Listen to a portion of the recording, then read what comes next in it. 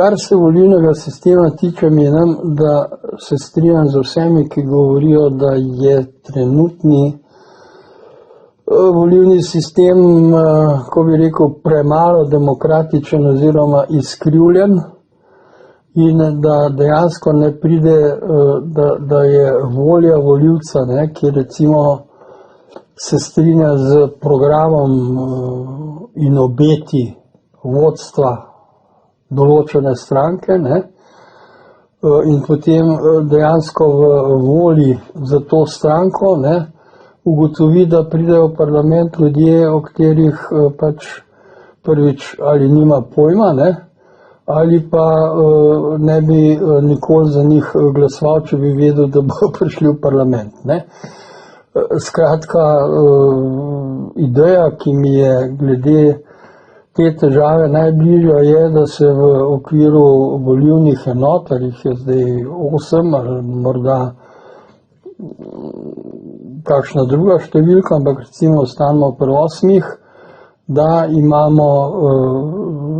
volivec 2 glasova. Eno je glas za stranko, s čimer glasuje za nek politični program, in drugo, da glasuje za konkretno pač osebo na listi, ki jo ta stranka ponuja, pač s tem, da pač volivec na ta način izrazi zaupanje določeni osebi, da bo ta program res izvajala, ker zdaj je to pač silno nepovezano. Skratka, ni neke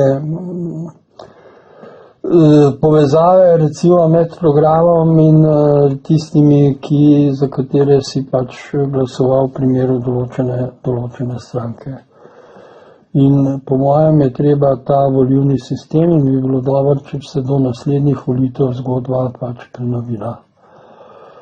No, pa fajn bi bilo, da bi lahko ta glas tudi nazaj vzel, da bi lahko poslanca, predsednika države, kogarkoli lahko ljudje tudi odpoklicali, če ga začne sreti.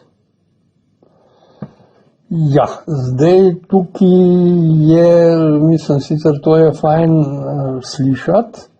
Jaz se tudi, bi rekel, v primeru županov, ker s temi problemi sem se srečeval, da so župani v bistvu bolj zaščiteni od predsednika države. Župana ne moreš odpoklicati na noben način, medtem ko proti predsedniku države lahko sprožiš presojo v državnem zboru in tako dalje. Da bi se ta povratni učinek na nek način sprovedel, je pa seveda vprašanje, kako opredeliti podrobnosti. To, kako, mislim, pač katere zadeve so to, seveda absolutno v primeru kaznivih dejanj in obsodb, tukaj je treba imuniteto zelo zreducirati, mislim, da je preširoko postavljena, in da so, kako bi rekel, hujskaške vsebine, ki jih izvajajo politiki, premalo sankcionirane. Skratka, da bi, no in tu se navezujem na tisto, kar sem govoril, laži. Skratka, zavajanje, laži in hujskanje bi moralo biti opredeljeno kot element pač presojanja ali odpoklicati določenega poslanca, funkcionarja ali funkcionarja.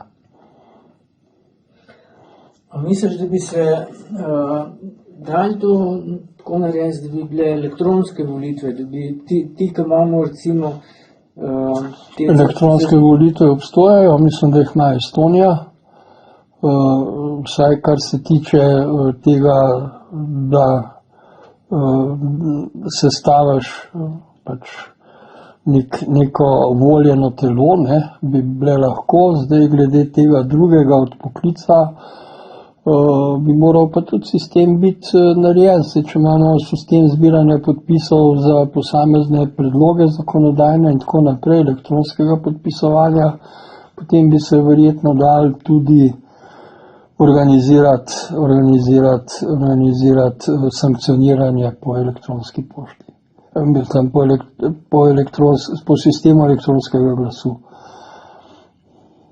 Misliš, da ne bi prihajalo do kakšnih No, lejte, zlorab pa tako naprej, ja, hudiča, vse to smo imeli, ne, menda so, eno leto spremljali vse komunikacije zunanjega ministrstva, pa ni noben opazil.